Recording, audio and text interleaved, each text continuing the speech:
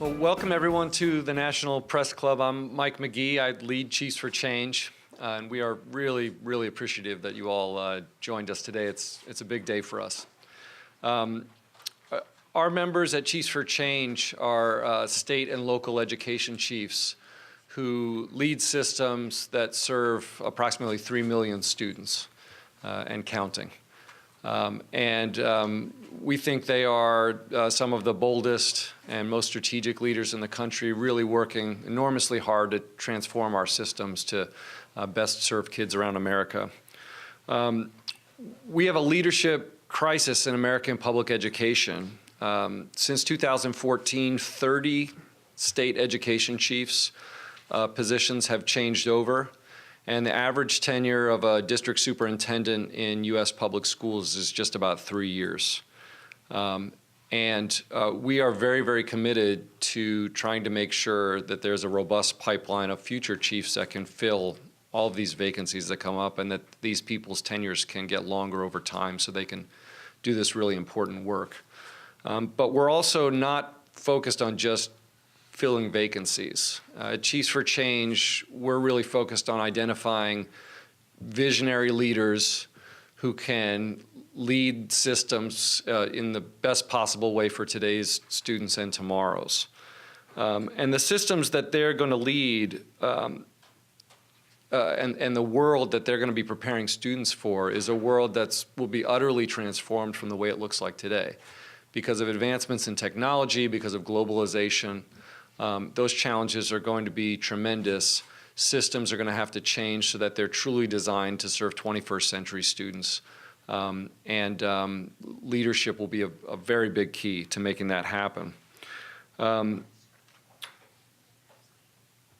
I talk to our members about how they became chiefs in the first place, all of them say that somewhere along the line, someone of real influence and authority said to them, you should be a state education chief, or you should be a district superintendent. And then, just as importantly, let's make a plan to get you there, and provided vital mentorship and coaching and support along the way. And that's very much informed the way we're thinking about the Future Chiefs program. This is a program that we've designed to provide really rich and robust coaching, mentorship, and collective learning, all with the goal of making sure that these leaders who are here today, who are already transformational leaders in their own right, end up leading the systems that most impact America's children. The last thing I will say is that Chiefs for Change members are 100% committed to the future chiefs who are here with us today, 100% committed to this program. They see it as of vital central interest, not just to our organization, but to the future of American public schools. And that is inspiring to us on the Chiefs for Change team, that we have that level of commitment to working with future chiefs. This will hopefully be the first group of many that we work with, so that we solve, at the end of the day, the leadership crisis that we're facing in American public schools. So with that, I'd like to introduce John White. He's the chair of our board and the state chief in Louisiana, and he's going to say a few words as well. Thank you so much.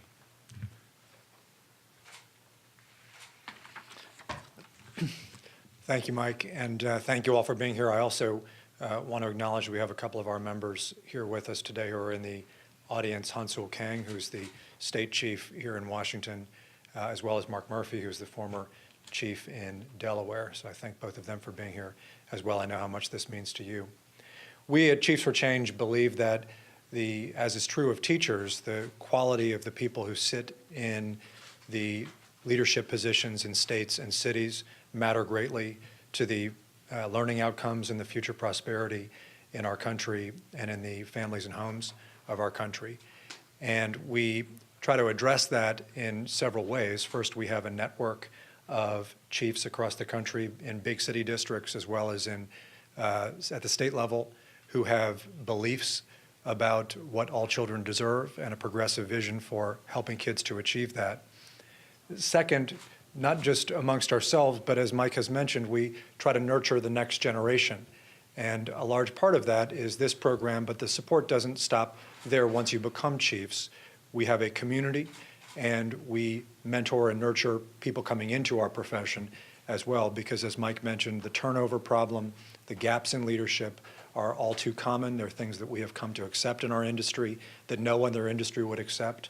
It's unacceptable, and we can change it if we have a more sustainable path to into our profession. If you have that, you're going to get what you should have on a state-by-state and a city-by-city basis, which are strong plans anchored in the idea of opportunity for all children, no matter race, socioeconomic background, or disability. Too often, those plans, such as plans for ESSA that will soon be submitted to the federal government, are weakened by virtue of the unfortunate and oftentimes political transitions that exist in the education profession and that we have to change. This program is a start to that process. We have identified these people from across the country. Many of them I have been blessed to work with. One of them to my right I currently work with, have for many years.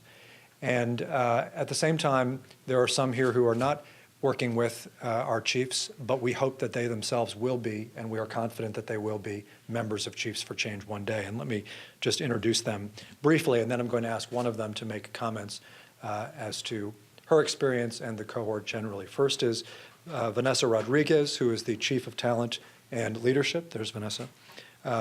For Citizens of the World Charter Schools. She was also formerly of Newark Public Schools, and I'm proud to say of the New York City Department of Education, where we also worked together. One is Jack Elsey, Chief Schools Officer for the Education Achievement Authority of Michigan, which is headed by one of our members, Veronica Conforme, somebody with whom I also had the pleasure of working in New York. Kunjan Narachania, to my right, is the Chief Operating Officer for the Louisiana Department of Education. Angelica Infante Green, whom I will ask to come speak with us in a second, is the Deputy Commissioner for the New York State Department of Education. Christopher Ruskowski is the Deputy Secretary for Policy and Program at the New Mexico Department of Education. Andrea Castaneda is an independent consultant and recently of the Rhode Island Department of Education. Deshaun Wright is the Chief of Staff in Newark Public Schools, where he works with Chris Cerf, who is another one of our members. And Talia Schall is the Chief Talent Officer for the Tulsa Public Schools, where she works with Deborah Gist, who is also a Chiefs for Change member and the superintendent in Tulsa. This is a group of people whose backgrounds are diverse, but whose commitment to children is singular. They reflect the best of public service and the best of our public education system, and I'm very blessed to stand here with them today. With that, I want to ask Angelica Infante Green of New York State if she would join us to share her perspective on this program. And once again, we thank you so much for being here today. Angelica. Good afternoon, everyone. So I get the honor to speak on behalf of my colleagues. This is an opportunity that many educators in our position only dream of. The work that we do is hard, and we strive to be better every day. But with partners, we can get this done in a very different manner. And what's impressive to me about this opportunity is the ability to be mentored by people that have been doing an amazing job, that have figured some things out. We all bring different strengths, but to really have that partnership is something that we all value and see as inspirational in the work that we do.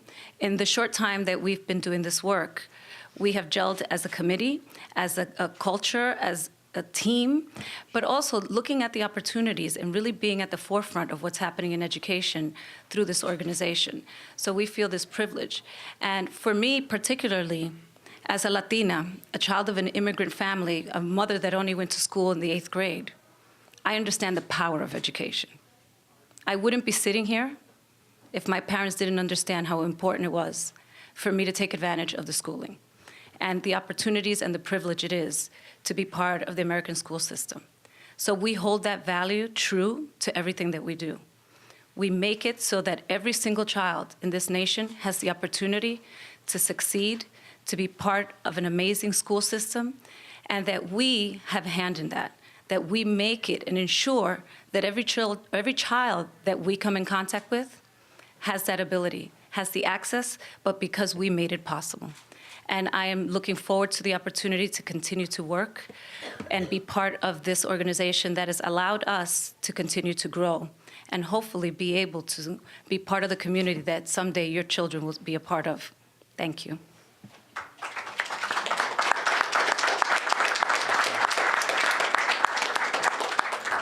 Thank you so much, Angelica. Now I'd like to introduce Deborah McGriff from New Schools Venture Fund. I'm very pleased that Deborah's here with us today. As many of you may know, Deborah has been a chief in her own right, and so she knows everything about both the challenges and opportunities of these roles. And now Deborah is leading really, really important work at New Schools Venture Fund around building a pipeline of chiefs, and in particular making sure that our district and state chiefs reflect the rich diversity of the American public student population itself. And so, Deborah, if you don't mind coming up to say a few words, thanks so much. Thank you, Mike. Yes, it was many decades ago in the early 90s that I was general superintendent of the Detroit Public Schools, and that opportunity has been the foundation of a lot of the work that I've done since then. I've promised Chastity Lloyd of proof points that I would always tell everyone, as you did, that I'm a first-generation college goer, and that's extremely important to me in my work.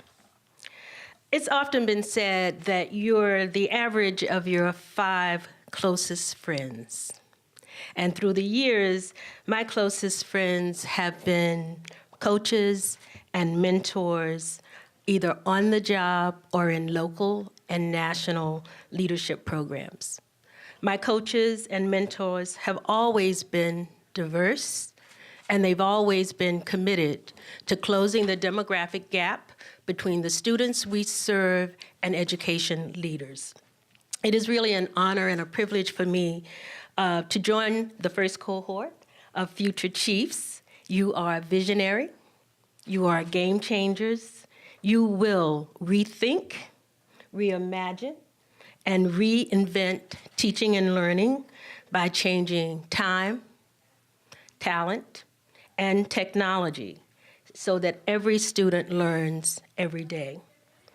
You will also use the lens of diversity to enhance innovation and creative problem solving, to generate more reliable and relevant ideas, and build more effective organizations, because you will eliminate the community complaints of done to us, not with us, for us, without us. You will also close the aspiration gap. And some of you may say, well, what is that? It's not the achievement gap, the aspiration gap. When 8th graders are asked if they plan to go to college, 90% of them say yes, 9-0. And this is the same across rural, urban, big city, small town, different income levels, different races and ethnicities.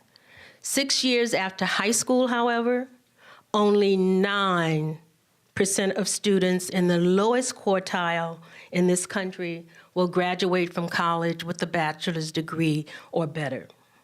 Just 10 years after 90% of these students said, I am going to college.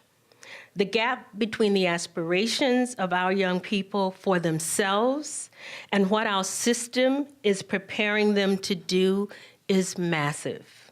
You will close that aspiration gap. To close the aspiration gap, you must have no permanent friends and no permanent enemies, only permanent interest. And those interests are diverse leaders, all students, one vision. Thank you so very much for allowing me to share a few words with you. The struggle continues.